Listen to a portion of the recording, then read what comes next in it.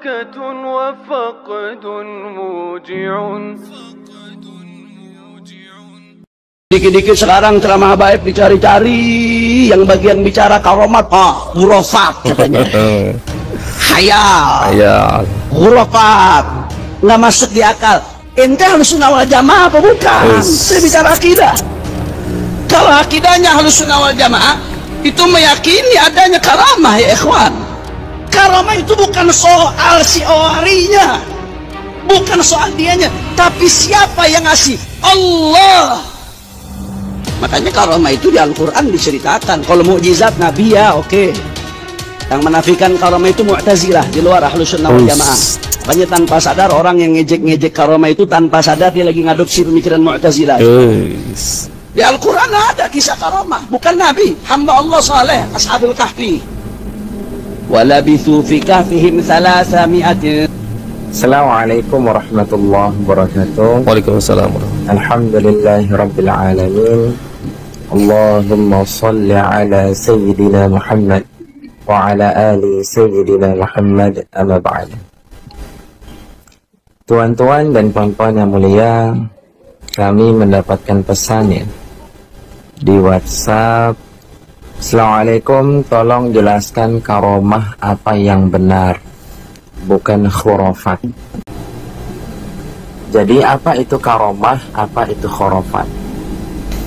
Khurafat itu artinya cerita palsu atau dongeng yang tidak masuk akal dan tidak sesuai dengan akidah Islam. Itu khurafat.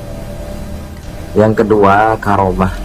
Karomah itu kejadian yang luar biasa, yang di luar akal, yang luar biasa terjadi kepada hamba Allah yang saleh dan kekasih-kekasih Allah Subhanahu wa ta'ala, bukan Nabi dan Rasul ya.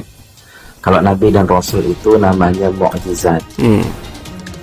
Apa perbedaan karomah dengan khurafat?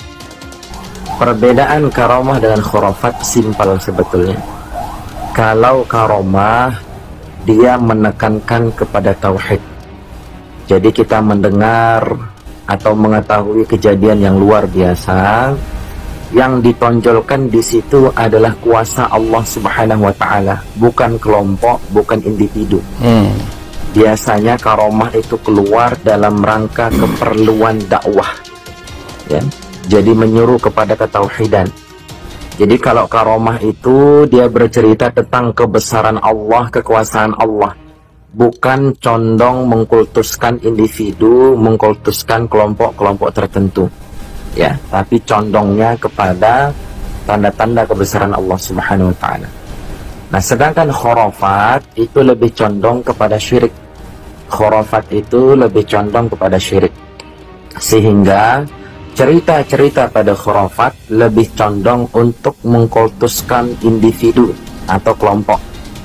Misalkan cerita, titik-titik ini, orang ini ya disebut namanya, orang ini bisa berjalan di atas air, atau bisa memadamkan api neraka, atau bisa terbang, atau bisa menurunkan rantai emas, atau bisa terbang sampai tembus plafonnya. Nah, yang dicondongkan di sini individunya atau kelompoknya. Betul. Bukan yang dicondongkan itu kebesaran Allah Subhanahu wa ta'ala, kekuasaan Allah Subhanahu wa ta'ala. Biasanya khurafat ini adalah salah satu alat untuk memperbudak orang. Betul. Feodalisme ya. Jadi khurafat ini salah satu media ataupun alat untuk memperbudak orang lain dengan mendogma dan mendoktrin. Jadi didogma dan didoktrin terus berulang-ulang, lama-kelamaan kebohongan itu akan dianggap suatu kebiasaan dan kebenaran. Nah, jadi simpel ya, kalau khurafat itu dia bercerita palsu untuk memuliakan satu individu atau kelompok tertentu. Betul. Misalkan menyebut nama ini, misalkan dia loncat dari tembok, dari genteng tidak kenapa-napa. Menyebut nama orang, bukan nama Allah, bukan nama Nabi.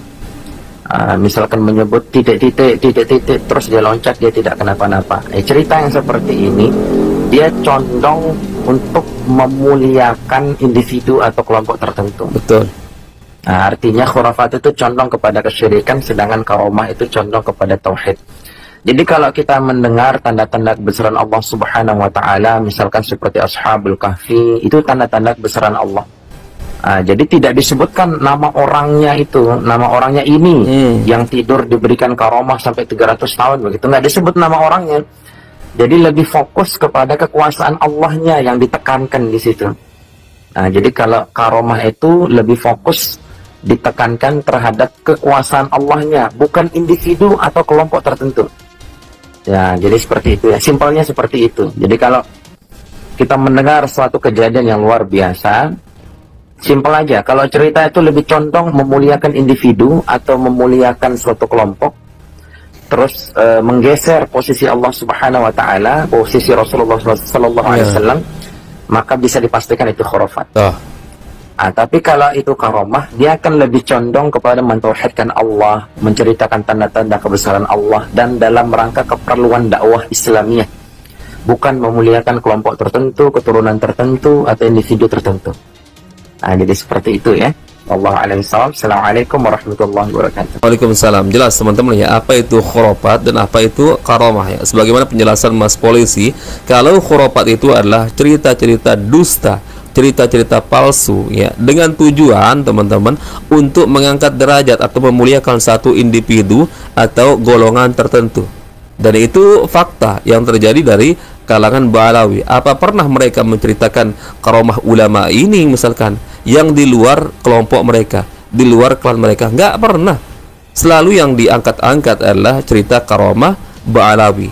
Dan itu jelas kita berani mengatakan cerita khurafat dusta, cerita palsu teman-teman. Kenapa? Ya, mungkin ini yang tidak disampaikan oleh Mas Polisi tadi. Karomah-karomah versi Ba'alawi yang selama ini diceritakan cenderung mengungguli mukjizat para nabi, para rasul teman-teman. Ya seperti itu ya, memadamkan neraka jahanam dengan jari kelingking.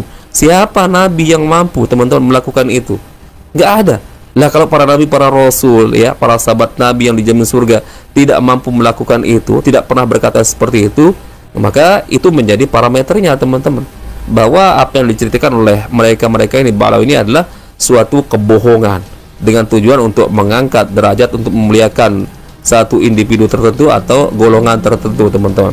Kemudian yang dijelaskan oleh Mas Polisi tadi, apa itu karamah? Jelas teman-teman, adalah sebuah kejadian yang luar biasa, yang tentunya di luar nalar teman-teman, dan tujuannya dimunculkannya karamah tersebut adalah untuk kita semakin mengakui akan kemuliaan Allah Azza wa Jalla ya. Contoh seperti kisah Ashabul Kahfi, itu kan bukan para nabi, para rasul teman-teman ya, masyarakat biasa atau manusia biasa, akan tetapi Allah tunjukkan kekuasaannya melalui mereka yang tertidur sampai ratusan tahun teman-teman ya. Itu sebenarnya tujuannya karomah teman-teman.